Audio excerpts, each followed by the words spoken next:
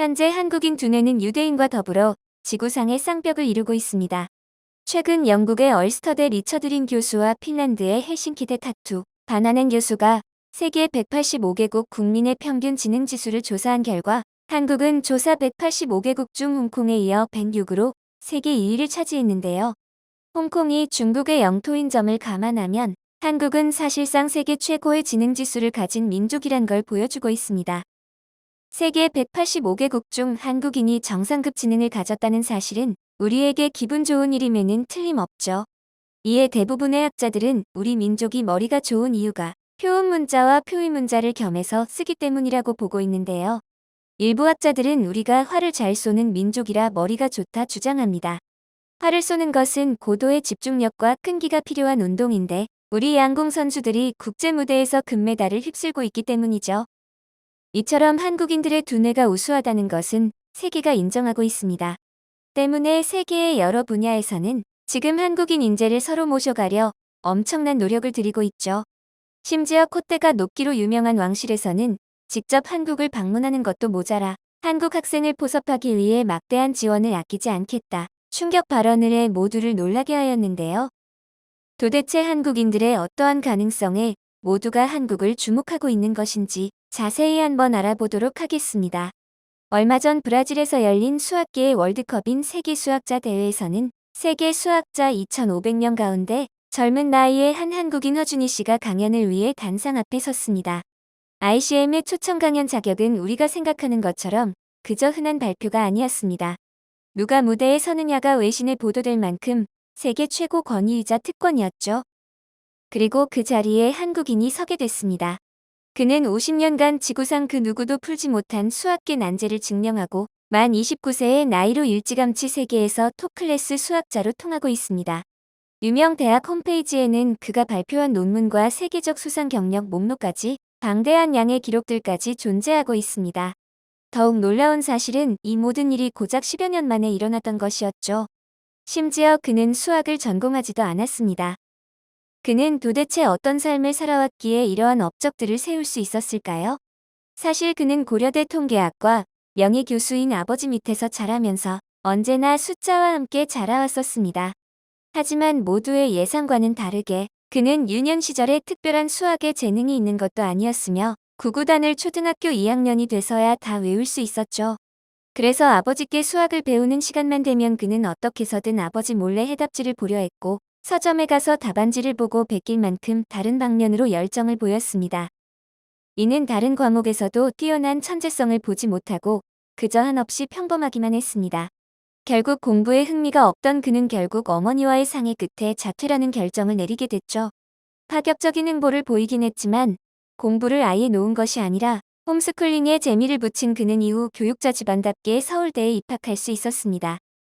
10대 시절부터 글쓰기를 좋아해 이공계를 진학한 후 과학기자가 되겠다는 일념 하나로 명문대에 진학할 수 있었죠. 그리고 대학교에 진학한 후 그는 히로나카라는 교수님을 만나며 인생의 터닝포인트를 맞게 됐는데요. 중학교 시절 히로나카 교수님의 베스트셀러 책 학문의 즐거움을 접했던 그는 교수님의 수업을 자신의 꿈과 접목시켜 발전시켜보자는 마음에 수업을 듣기 시작했습니다.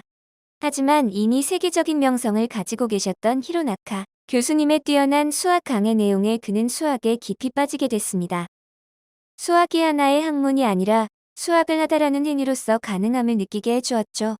이후 서울대 수학과 석사를 마치고 미국 박사과정을 위해 대학원을 진학했는데 거기에서 엄청난 업적을 남기게 됐습니다. 수학과 박사과정 진학 첫 해, 1968년 이후 난제였던 리드 추측을 증명한 것입니다. 이는 상식적으로는 설명이 안 되는 일이며 모두가 그의 실력에 경악을 금치 못했습니다. 학부에서 수학을 전공하지도 않았고 10여 년 전까지만 해도 평범한 이공계생이었던 허준이는 갑자기 세계 수학계로부터 주목을 받게 된 거죠. 또한 그는 그 이후로 알베르트 아인슈타인, 요한 폰 노이만, 쿠르트 괴델, 로버트 오펜하이머 등 세기의 두뇌가 거쳐간 프린스턴 고등연구소에서 30대 나이에 롱텀 펠로우를 제안받은 역사상 3인 중 1인이 되는 놀라운 업적을 기록하기도 했습니다. 수학계의 라이징 스타, 하늘이 내린 천재 수학자라는 타이틀을 가진 그는 아직까지 수학계에서 단 한 번 그와 대화해본 것만으로도 가슴 벅찬 일이다라는 말이 나올 정도로 톱 클래스 수학자로 통하고 있습니다. 그리고 외신에서도 경계를 넘나드는 그의 무한한 상상력을 극찬하며 더 나아가 한국인의 명석한 두뇌에 대한 칭찬까지 아끼지 않고 있는데요. 실제 1000억 개의 신경세포들이 서로 연결된 뇌는 최고의 슈퍼컴퓨터보다 뛰어난 성능을 자랑하고 있죠. 이에 그의 뇌는 복잡한 계산을 눈 깜짝할 사이에 해치우고 묘기에 가까운 비상한 문제 해결력을 보여주기도 합니다. 또한 그와 같이 공인된 천재들을 통해 한국인들의 천재성에 모두가 눈독을 들이고 있습니다. 최근에는 아랍에미리트 두바이 왕실에서 한국인들에 대한 관심을 보이고 있죠. 지난 6일 두바이 왕실이 개최한 제5회 K-월드 해킹 방어 대회는 한국 학생을 중심으로 예산과 장소 등 일체의 소요 자원이 지원됐었습니다. 사실상 대회 주관이 두바이 왕실이기에 아랍에미리트가 한국의 젊은 인재만 바라보고 금전적 지원을 아끼지 않았던 것인데요. 일각에서는 왕실 쪽에서 훗날 자신들의 사업에 한국 인재를 끌어들이기 위한 포석이라는 분석도 나오고 있습니다. 예전부터 아랍에미리트는 언제나 통 큰 선물을 하며 한국에 극진한 애정 표현을 해왔었습니다. 얼마 전에는 250억 달러, 약 27조 원에 달하는 신규 경제협력이라는 선물 보따리를 내민 적이 있죠. 석유, 가스 분야 등에서도 한국에게 지원을 아끼지 않던 아랍에미리트는 이미 지난 2월 루아이스 해상 중진유 처리 시설 프로젝트를 수주하는 등 35억 달러 규모의 계약을 체결하기도 했습니다. 심지어 강대국 틈바구니에서 언제나 휘둘리지 않고 고속 성장한 한국의 동질감을 느끼고 자신들의 롤모델로 삼고 싶다고 밝힌 적도 있습니다. 얼마 전 두바이에서 열린 한 UAE 비즈니스 포럼에서는 양국이 참석해 재생에너지, 반도체, 정보통신, 우주개발 분야에서 공동 연구개발, 기술 제휴, 인력 양성을 함께하고 싶다라며 마음을 대놓고 비추었죠. 그리고 이번 해킹 방어 대회에서는 한국 학생들에게 체류하는 동안 숙식비와 관광 프로그램, 비용 등 체류비 전액을 부담해주겠다 전하며 모두를 놀라게 하였는데요. 직접 두바이 왕실에서 대회에 참석하는 것은 물론이고 한국 대회 참가자들에게 계속해서 애정 공세를 해 그들이 한국 인재들을 얼마나 탐내고 있는지 알 수 있었습니다. 이미 한국의 우수한 정보통신 기술은 세계적으로 인정을 받고 있습니다. 이에 두바이 왕실은 한국의 기술을 벤치마킹하고 싶어 하는데요. 특히 인공지능, 빅데이터 등을 향후 UAE의 주력 산업으로 키우기 위해 필히 한국인 인재들이 필요하다고 생각한 UAE는 한국에게 막대한 지원을 아끼지 않고 있습니다. 심지어 이제 한국의 IT 기술은 외교무기로도 쓰이고 있습니다. 이에 압둘라 바다위 말레이시아 총리는 한국의 정보기술은 엄청난 수준이며 일본을 뛰어넘은 지 오래다라며 극찬하기도 했습니다. 현재 각종 산업에서 IT 비중이 높아지면서 한국 같은 경우 빠른 기술 발전으로 적응해 살아가며 외신들은 이 같은 장대한 발전을 높이 칭찬하고 있죠. 한편 최근 두바이에서는 동아시아를 배우자라는 슬로건과 함께 동아시아 교육 시스템을 배우기 위한 열풍이 거세지고 있습니다. 특히 한국은 최근 주요 벤치마킹 대상으로 떠오르고 있습니다.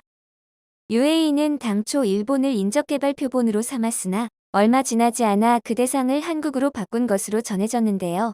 자원도 없는 전쟁폐허였던 한국이 단기간에 경제대국으로 성장한 배경에는 독특한 인재개발과 교육 시스템이 자리하고 있다 판단했고, 반면 경제가 추락하고 있는 일본을 굳이 표본으로 삼을 필요가 없겠다는 의견이 대다수였습니다. 사실 한국인의 지능지수가 높은 이유 중 교육열도 빠질 수 없는 요소인데요. 다인종이 몰려있는 샌프란시스코 공립학교의 예를 들면 한국이나 일본 아이들이 1, 2등을 차지하고 히스패닉과 흑인들이 하위권을 차지하는 경우가 흔하죠. 우리나라와 일본 사람들이 교육에 대한 투자를 많이 하는 반면 히스패닉과 흑인은 자유방임주의여서 그런 결과가 나온 것입니다. 물론 우리나라 사람이 유전적으로 머리가 좋다고 단언할 수는 없지만 후천적인 영향 때문에 한국인의 지능이 높게 나타난다고는 말할 수 있습니다. 국제올림피아드에서 우리나라 학생들이 좋은 성적을 내는 것은 그 나이 또래 학생들 사이에서 상당히 효율적으로 교육을 받았다는 증거이기도 합니다. 우리나라는 어릴 때 창조성보다 기억력이나 문제 해결 능력을 길러주고 있습니다. 어릴 때 그런 교육이 그 사람의 일생에 도움이 되는가 하는 점에서는 의문이 생기기도 하죠. 어린 시절 교육을 잘 받았다고 하여 성인이 되었을 때 창조성을 발휘한다고 보기는 어렵기 때문입니다. 하지만 우리나라 학생들은 문제 해결 능력뿐만 아니라 뛰어난 창의력까지 다방면에서 우수한 성적을 받고 있는데요. 지금 현재 우리 한국 문화와 콘텐츠가 해외 시장에 미치는 영향을 보자면 한국인의 창의성에는 적당히가 없어 보입니다.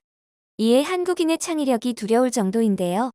세계가 주목하고 있는 한국인들의 인재들이 이제는 세계의 머리가 되어 세계를 경영할 수 있는 인재가 되었으면 하는 바람입니다. 영상을 끝까지 시청해주셔서 감사합니다. 구독과 좋아요는 영상 제작에 큰 힘이 됩니다.